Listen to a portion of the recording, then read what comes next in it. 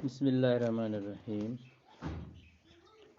Class 6th English.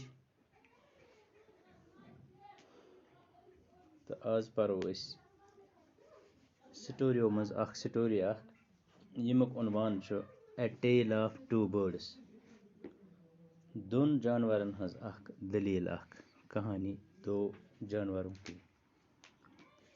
Let's begin. A mother bird and her two young ones lived in a forest. दपा mother bird यानी युस बच्चन हज मज and her two young ones lived in a forest. बेस अमिस बच जंगलस मज रोजान.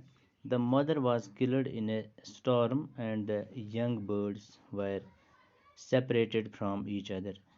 दपा अकिस तूफानस मज मोय इहज मज तो बच यम गई अलग अलग अकिस निश. Each found a different home. दुश्वयन बनाव अलग अलग मकान यानी अलग अलग जाय गई पानस जुदा. वुचो तुम डबस मज लिखित. There once lived a bird and her two newborn babies in a forest.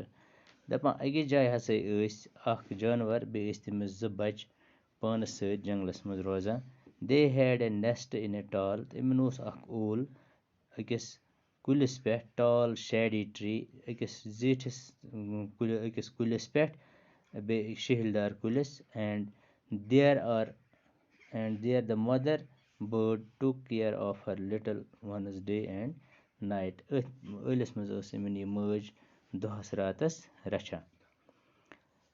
दपा one day there was a big storm. दपा एक दो हसे वोत बोड़ बार तूफान There was thunder, lightning and rain. दपा Gagrai वजमुल तूफान रूद वसा. And the wind blew down many trees. तूफान सत आय वस वारियाह कुल.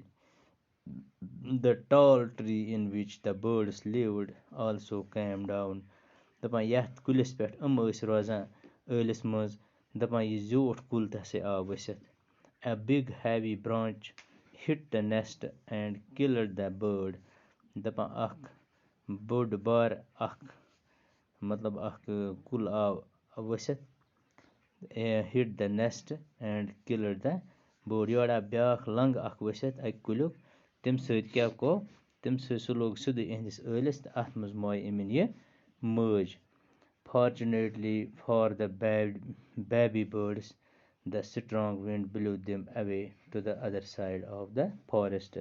दपा किस्मत ओस ये कि यम हसा यम बच तुल हवन त्रो तम अकिस अंदस कुन ब्याख त्रेन बिकस अंदस कुन. One of them came down near a cave where a gang of robbers lived. दपा आव लगान तथ अकिस गफ निश यथ गफ मज हसा सिर्फ क्या यथ मज चूर आसान लुटेर आसान डाकू. The other landed outside a rishis ashram a little distance away. दपा थोड़ा दूर पानस ब्याख युस ये जानवर बच यह से आ लगान अकिस आश्रमस कुन. ऋषिज आश्रम यानी यह आश्रम वन तथ जाय ये हिंदन हज इबादत करने जाय आस. तो यह अमिक खतर इस्तेमाल खास कर इत पे वन मस्जिद इमन आश्रम. दपा यह से यह बच अथ आश्रमस कुन लगान. Days passed. दपा वारियाह दो गई. And the baby birds become big birds. वो बनाए बच क्या बनाए वो बड़. बने वो बड़ बच. One day the king of the country came to the forest to hunt. अक दो हसे आव बादशाह यह से आव शिकार करने. ब्रोट बादशाह जंगल नेरा शिकार करने. हेरन आना रटित बाकी चीज. तो दपा हसा यह बादशाह हसे आव अक मुल्क और शिकार करने. He saw a deer and rode after it. दपा वुच हेरन तो लोग अमिस पत डवने.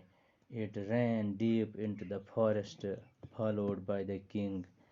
दपान यह हसा चज वारियाह तो असली अमिस बादशाह पत पकान soon the king lost his way दपान अथ यह असनास मज हसा बादशाहस यह रव वथी यानी यपर हो चज हो हिरन यह द्राव न तपर कह अमिस हसा डज वथ यह चोल बेक वत and did not know where he was Amish तोर न यह फिक्रे कह कि यह कपर यह हिरन कपर द्राय आज गो गोब्रियो युतुई सुबह पढ़ो अम ब्रोह कुन।